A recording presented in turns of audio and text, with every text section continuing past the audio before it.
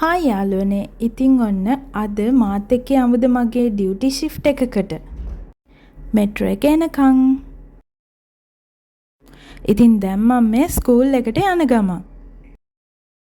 වටේ පිටේ ලස්සන බල ඉතින් මම දැන් මේ ස්කෝලේට යන ගමන්. හරිම ලස්සන සන්රයිස් එකක් නේද?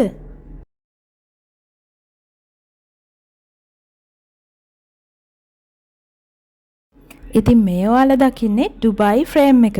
බලන්නකෝ ඒකට ඉරේලිය වැටුනහම ලස්සන.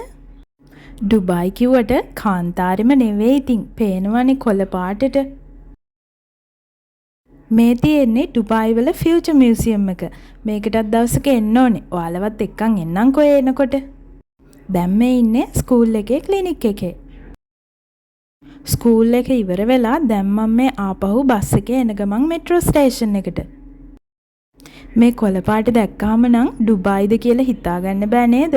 ඒ තරමටම හරිම ලස්සනයි මේ හරිය.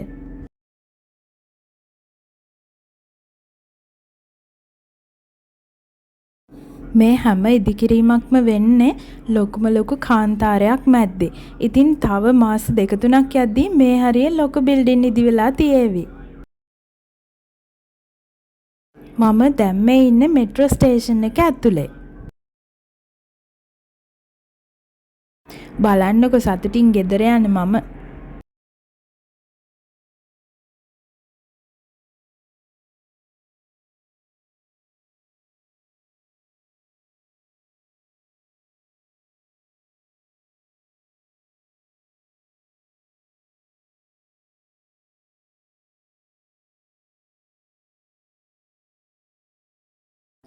උදේම සන්රයිස් එක දිහා බලාගෙන දැන් මේ හවස වෙලා සන්සෙට් එක දිහා බලාගෙන යන මම.